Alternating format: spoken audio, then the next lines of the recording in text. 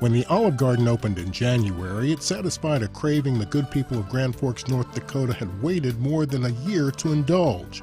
Marilyn Hagerty gave the restaurant 6 weeks to satisfy the throngs before writing her review. She called it the largest and most beautiful restaurant now operating in Grand Forks. But in the internet age, Marilyn's review had a global audience, and bloggers beyond the Dakotas held her straightforward review up to ridicule. Over in Colorado, Pepper Lowell of the Denver Omelet chose sarcasm. North Dakota, where Olive Garden is king. The bloggers piled on their contempt like parmesan on a bowl of pasta. And on March 9th, the Herald had a news story. Marilyn Hagerty takes America by viral storm. Somebody told me I'd gone viral, and I had to ask, what's that? I'd never thought I'd be viral. That's Marilyn being interviewed on the CBS Morning Show via satellite from Grand Forks.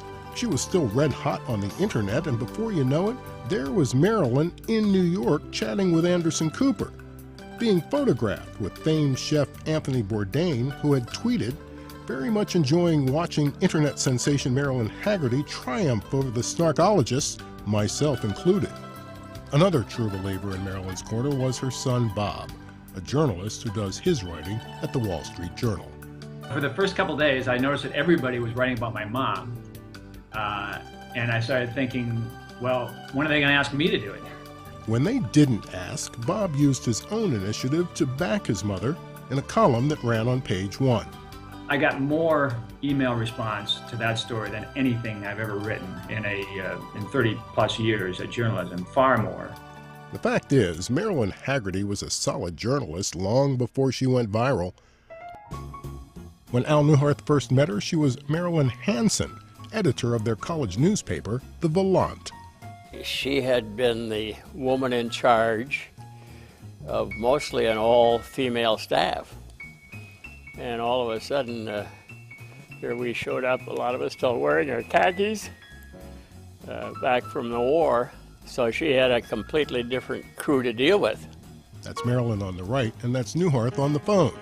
He started out as a sports reporter whose skills were still being refined.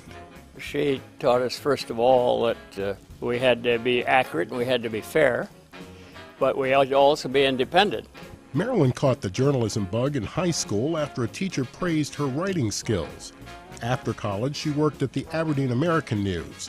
That's Marilyn photographing politicians at a reception. She then made a bold move following her career into North Dakota. A South Dakotan coming to North Dakota was treated with suspicion. The Dakotas are that way and always have been that way. So she had that to overcome, and she did it very well.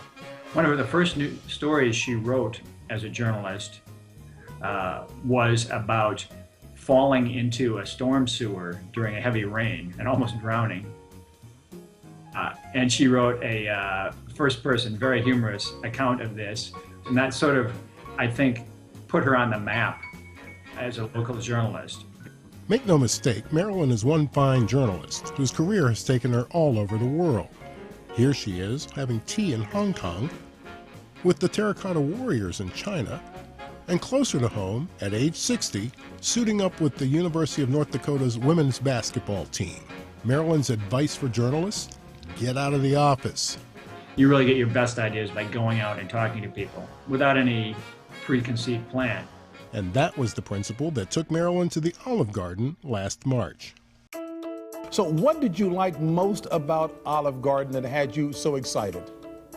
Oh, I wasn't excited. I went there because it's what I do every week. It's one of 5 columns that I write each week for the Grand Forks Herald. Those columns, plus some short stories, are published in old media style, Marilyn's book, Echoes. And while the new media fame of going viral will soon fade, the thrill of winning the Al Neuharth Award for Excellence in the Media will last a lifetime, and not just for Marilyn. She's the first University of South Dakota working news person who went on to become a really professional and then come back and get the award. And that makes me feel very good. She has really very cherished memories of her days at the University of South Dakota. And she never imagined that one day she would come back and be honored there. Mom, we all love you and keep up the good work.